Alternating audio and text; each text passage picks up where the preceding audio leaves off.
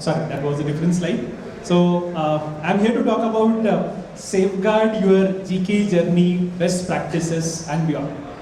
Before that, just want to understand how many of you are aware of Kubernetes? Great, looks like all Kubernetes people are here. Great, fine. So I'm a CEO of a company called Unnati Development and Training Center Private Limited. I'm a GDE as well, Google Developer Expert. I will not take much time to set up the context, but I have a couple of slides for those who are not aware about probably Kubernetes and why you need Kubernetes, right? So let's look at the agenda first quickly. We'll talk about dealing with or understanding the K8s cluster. We'll discuss how GKE works and what are the logical benefits of GKE. Couple of types of GKE. We have standard, autopilot. We have GKE enterprise as well, which I'm not covering here.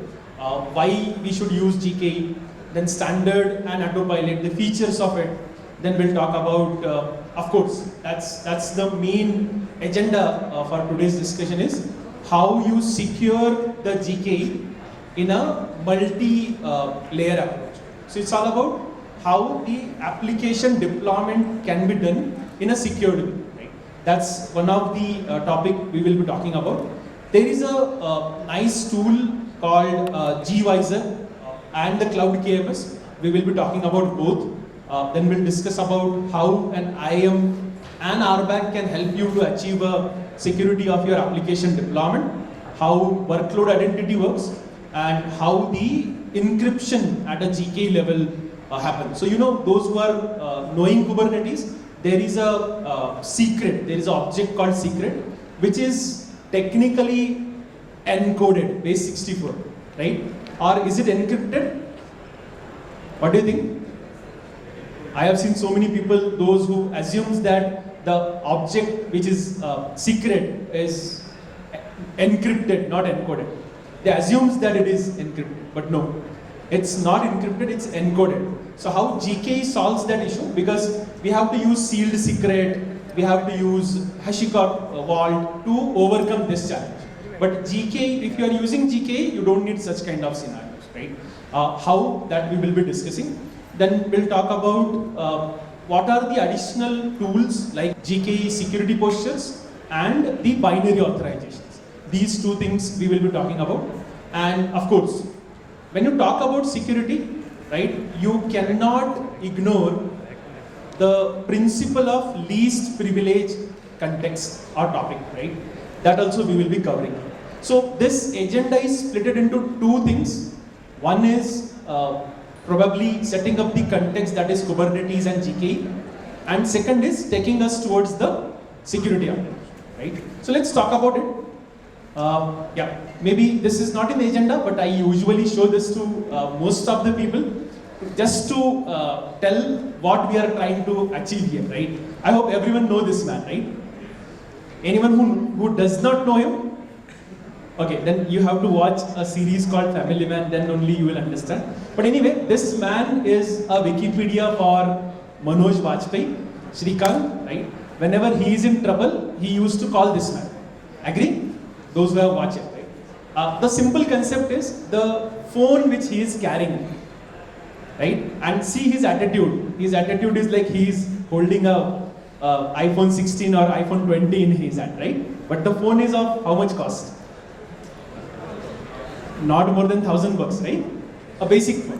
So my question to all of you is, why he is using this basic phone? Why not smartphone? Security. पैसा नहीं है? Security. Privacy. Okay? So does that means iPhone मध्ये privacy नहीं है? नहीं है. Oh, is it? Fine. Anything else? Only privacy? Lot of options. Let's see. One is, of course, privacy, or rather you can say security, right? Because very less application. This is just enough. Right? I want to call someone, I want to text someone, that's it. So why I should carry an entire smartphone? And that brings me a security approach, isolation. It keeps him in an isolated way, right? No LinkedIn, no WhatsApp, no Insta, nothing. Simply a cool connectivity, right? Portable, right? that doesn't mean our iPhone is not portable, but this is way portable than on it, right? Then resource efficiency, because the container which you are deploying or the application which you are deploying will actually consume less energy, less resources, right? Because it may need a very minimal RAM to execute any sort of application. That's resource efficiency. Scalability. Of course, this mobile phone does not have scalability, but our container is scalable, right? You can scale up, you can do a horizontal scaling, you can do a vertical scaling, you can do scale down, scale up, all these things. And of course, the turnaround or deployment time is very less. It has a faster deployment approach, right? So this is one of the reasons why most of the people nowadays are using containers. And container needs orchestration, a management. That is what is done by Kubernetes. So we all know Kubernetes is my orchestration or orchestrated tool, right? So it has this logic. So you can see, by the way, it is a GKE cluster diagram, not a K8s cluster diagram, okay? So what I have done here is, I have just pulled this from a Google official doc. You can see two things here. One is in blue color and one is in yellow color, right? So if you can see the below, even I am not able to read it, but if you can read it, it is saying GKE managed, and one is Autopilot GKE managed or standard user managed, right? So the best part of GKE is the control plane, the master, right? The host or the server is managed by my GKE. So scheduler, etcd, controller, all these things is managed by my internal GKE. I don't need to manage, even high availability, right? The user will only manage his application side, the pod side or the container side. And then of course it has a built-in networking, persistent disk, load balancing and so on, fine? So this is a standard GKE cluster. Those who knows Kubernetes, it is similar to that. The only change is the master is managed by GCP. That's the only change, okay? It's not only master. Even nodes are managed by my Google, because you spin the nodes in a manual deployment. Here, nodes are spun by GCP, right? So infra side is managed by Google stuff. That is why we name it as a Google Kubernetes Engine, which is a managed Kubernetes, right? So yeah, that's the basic of Kubernetes. If you see, this is what the GKE whole perspective had been added in a one slide. It has a lot of features, as I said, auto scaling, auto upgrade, auto repair, right? Even you can see IAM support, workload, then the VPCs, the storage part, all these things is managed by my GKE scenario. One of the very useful thing what I like about this GKE is the second one, this one, the CI/CD approach. I can technically take a Docker file, feed it to my cloud build. It will build an image, push it to artifact registry, and deploy it as a pod. So the whole CI/CD lifecycle or a CI/CD pipeline can be deployed in an efficient way using this entire scenario. Of course, there are other tools coming into picture, probably cloud build, then I have cloud deploy, artifact registry, and so on. But yeah, that's the GKE basic stuff what we have. Now, why someone should use GKE? Quickly, I will not take much time because that's not the context of the discussion. But these are a couple of logic why someone should use or using Kubernetes as in managed scenario. One is cluster auto scaling and node auto provisioning. So as I said, scale out, scale in. I can even do a node pool level scaling easily. That's the first advantage. Second is compliance. When you have a Kubernetes on-prem, on a local machine or on a local bare metal or a VM, deploying a compliance or maintaining a compliance is one of the hectic tasks. If I have a HIPAA compliance or maybe I'm doing a PCI or payment gateway compliance, it's logically and it's technically very complex. So to overcome with that, GKE as in GCP product comes with a compliance. Lot of compliance options are supported. Another painful part is patching. So we all know Kubernetes new version is getting released after each 6 months, right? Right? Of course, those who are in Kubernetes, they know it. It's very difficult to patch. How you patch? I have 1.28 running, and now I want to patch it to 1.31. It's really complex. So GKE does that for us. That is auto upgrade. That's the option. It's not only auto upgrade. We have auto healing also, where if one of the node is not ready to move or one of the node is not reachable, it will heal that node. That's another advantage. One of the another advantage is managing users. I have to add an OAuth for my authentication, maybe a Git or maybe a LDAP or NIS or Active Directory, whatever, which is again a complex stuff. So GCP comes with a pre-logical option, that is IAM plus RBAC. So I can have my IAM users. You might be asking, can I bring my Active Directory users to IAM? Answer is yes. You can do that. I can bring my LDAP user to IAM? Possible. Because of Google Cloud Directory Sync. We have a different service which brings those third party to IAM, and then you can put an RBAC, Kubernetes RBAC on that IAM. Fine? So maybe a quick poll. I hope most of you knows RBAC, role-based access controllers, right? Then the storage part. PVPVC. Creating a PV, identifying the storage, putting it to the maybe NFS, NetApp, iSCSI is another complex. So we have a dynamic volume. You just define a PVC. In a backend, it goes and create a PV for you, identifies the storage for you, create a disk, maybe a block storage in a backend with the SSD or whatever option you have chosen. That is done by storage class. That's another advantage of GKE. Then as I said, the CI/CD part. I have a Docker file and I have to build an image from it. So for that I will use cloud build, push it to artifact, deploy it to the Kubernetes part. But if I want to make that deployment in an automated way, I can use cloud deploy. So cloud build is CI, cloud deploy is CD. Continuous integration and continuous delivery, deployment, whatever you want to do, right? And as I said, node healing or node auto repair, we already discussed. Yeah, these are the couple of advantages. Now GKE comes with two edition or two types, not edition, two types. It's not only two, as I said, there are other types also, but yeah. One is GKE standard. What you're doing here is, you are creating the nodes or node pool actually. Like I will say I need a 2-node cluster.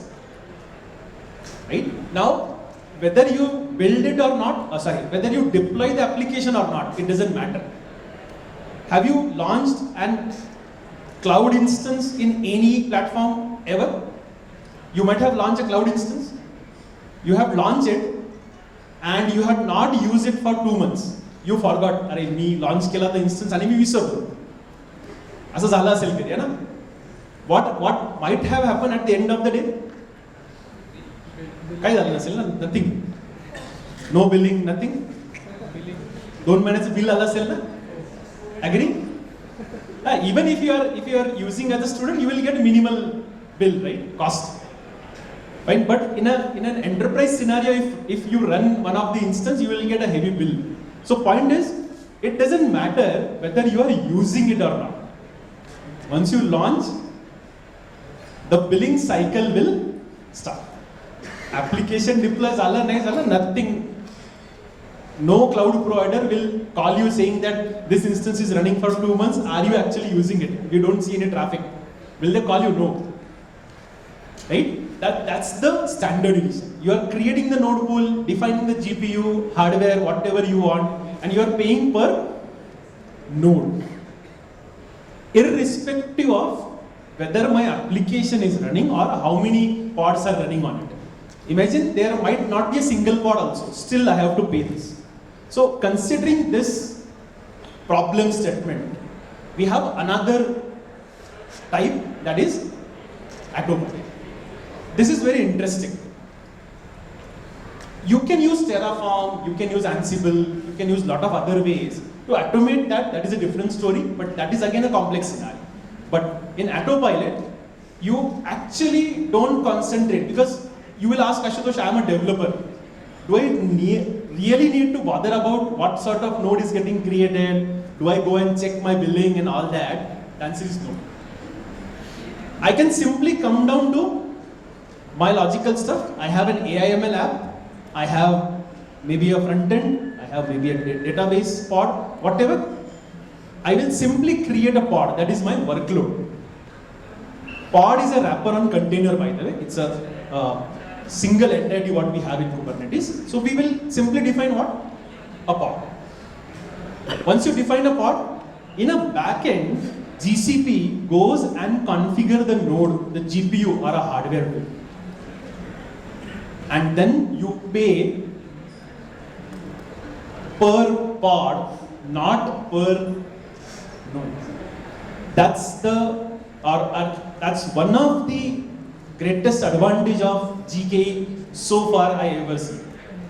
That's why number of people are using GKE autopilot. And you know the best part is, if I deleted my pod, if I delete a workload, ideally what should happen in this case? My node will also get discarded or deleted. So the billing you will see for only those number of hours or those number of days or whatever duration you are running. If I'm running it for 100 hours, I will get billed for 100 hours. There is a catch in this, but yeah, I'm talking about the advantage here, not about the limitations, right? So yeah, then we have a quick comparison. This is the last slide in terms of GKE. GKE standard supports around 15,000 nodes per cluster. And I think Google has tested it for 65,000 nodes recently. So officially you will see that it's saying 15,000, but the test run was for 65,000 without any issue. Okay. Then you have 100,000 nodes, 256 pods, 2 lakhs pod per cluster. That's a standard. So the red one is standard, the blue one is autopilot. That's a 5,000 nodes. Of course, node pool is not applicable for it. So yeah, these are a couple of slides for those who are not aware of Kubernetes or GKE. Fine. Now the topic is, or the logic is, how you achieve the security for deploying or while deploying my application as in pod. How a pod security can be achieved. So there are a couple of ways of doing it. Let's see few of them. So one is, I am an admin. I can create an user, I can assign a specific role with the principle of least privileges, and I can take it out. Simple. Second is service account. So in any cloud provider, you might have seen service account. So service account is usually used for an API level communication. So you can use a GKE service account, right? Via workload identity. I am coming to that also. But yeah, service account is one of the logical feature which helps you to secure the communication between your pod and the third party. Maybe I want to talk to Cloud SQL, or maybe I want to talk to cloud storage, whatever. That's the service account for us. Security context. We have UID, maybe privileged container, non-privileged pods. We have, SE Linux, AppArmor. All these things are there in terms of security context by default. So, which makes your application layer or a pod layer more secure, right? Yeah, pod-to-pod communication. This is very interesting. By default, any outside traffic is denied by default. So I need to create a service, I need to make a node port or load balancer. There is a different scenario. By default, pod can talk to another pod in the cluster, and you can even block that ingress and egress traffic using a network policy. Right? That's another approach what you can have. Next approach is while deploying a GKE, whatever we discuss so far, there are two versions, standard and autopilot, right? You can deploy this GKE using private cluster access mode as well. So when you deploy it as a private cluster, right, no one from outside or even from your cloud console, if I'm in a GCP cloud console, I cannot go and talk to my master. I have to enable the communication or private access. I will put a node IP telling that this node is my Kubernetes client. That can be done using a GKE private cluster. That's a type of cluster you can choose while deploying. Right? This is another advantage. Yeah, this might be a little expert level discussion or probably an advanced level discussion, but I will quickly touch base on this. gvisor. Anyone heard about gvisor here? Yeah, great. I can see one guy. gvisor is basically sandboxing. So we have a concept of doing sandboxing of the virtual machines. Right? You can use that using a pod also. So gvisor is an open source Linux compatible sandbox that runs anywhere in an existing container. So I can have my gvisor deployed on a container. Not all container. By the way, this is a myth that I can have a gvisor on all GKE pods. The answer is no. You can enable the runtime using a gvisor for a specific applications which need a sandboxing. Right? I don't want to get more into this, but yeah, that's the gvisor, a quick glimpse what we have. Next is the secret which I was talking about. So we all know Kubernetes secrets. These are base 64, not encrypted, they are encoded. Can I decode my secret? Simply you can put base 64 -- decode and you will get the, so it's not a secret actually. Any secret which you decode, it's not a, so technically the concept of Kubernetes is you are doing a base 64 of your data so that it will be, if there are spaces, if there is a multi-liner file, I can have it single line as in base 64. That's the approach of it, right? That's why you do, like for example, I have to run a GitHub action to my GKE or to my Kubernetes. I will create a base 64 so that my agent will have a single liner authentication. While authenticating it, I will go in decoding of it. So to overcome with that, we have a default logic where GKE encrypts customer content store at rest. And we all know, all Kubernetes guys should be aware of, where is my all data stored in KDS or Kubernetes? etc. Key value. So GKE encrypts the etcd itself.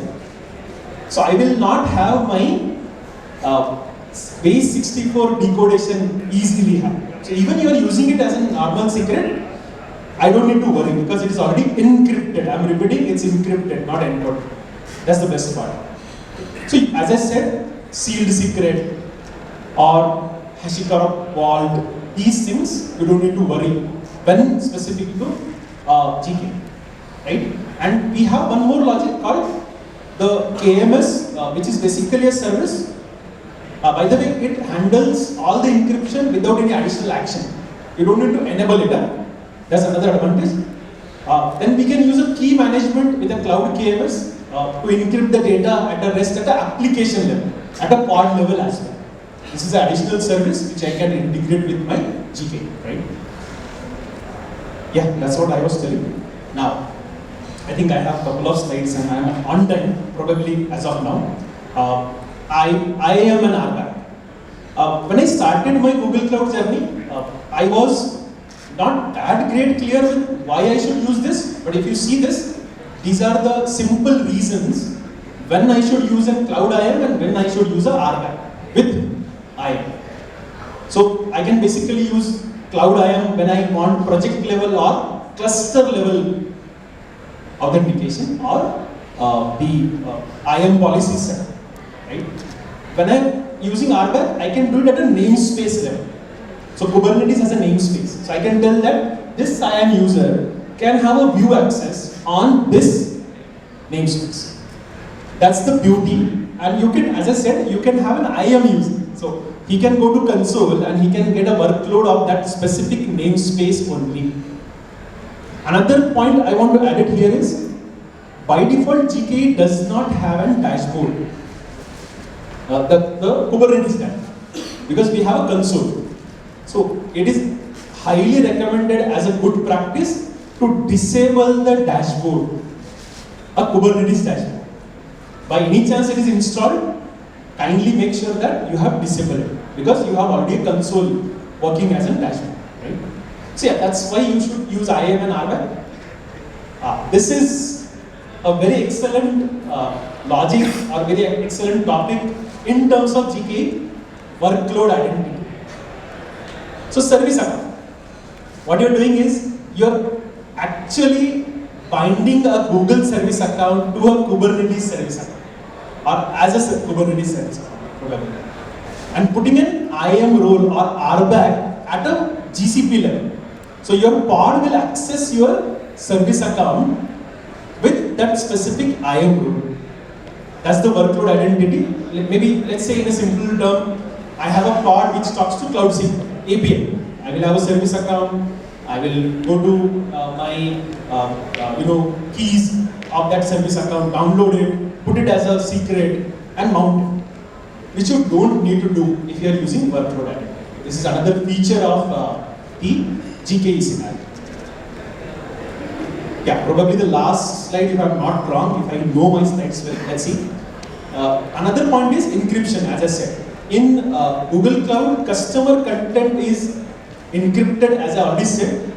Even the etcd is already encrypted at a file system. Right? Now, etcd listens to 2379. If you are more technical, through 2379 is the etcd what I'm using as in Kubernetes API server. What happens in the GKE is it bounds to a local loopback network, so that it is accessible. It is only accessible from the VM that is running on the Kubernetes API server. So in the cluster, right? So that's the etcd encryption what we have. GKE security posture. Here, this is an inbuilt tool what GKE has. What happens here is you can see a single dashboard where it is telling you about the vulnerabilities, concerns, cluster issues, workload issues, everything. Where I can check the CVEs, I can patch. This is the additional service what we have in the GKE. One more last service is binary authorization. Now I will jump to a slide so that it will be easy to understand. It is as simple as this. I have an image, I have a Docker file or an image, I have built it. My artifact registry will do a vulnerability scanning by default. That you can see in a GKE posture, security posture. Right? That is one. Second, I can have my own binary authorization. I can say that if my image content this, rejected. If my image is coming from this registry, allowed. So that rule you can put it in a binary authorization, and then you can say whether it goes to untrusted image or trusted image. So you can have a logic build where only trusted image should be deployed, not untrusted image should be deployed. That's the binary authorization. And principle of least privileges we all know. Principle of least privileges we all know, right? Where you are technically assigning a very minimal resources, maybe a view access, edit access. Whenever you say edit, make sure that edit on what? Not on an entire cluster, on a project. Even you can have more granular stuff that on a deployment or a namespace, whatever, right? So yeah, that's all in terms of the security ecosystem, right? I don't have any time for the questions, right? So if you have any questions, we can connect offline, right? And yeah, thank you so much. I guess I'm on time. Probably 15 seconds. Thank you.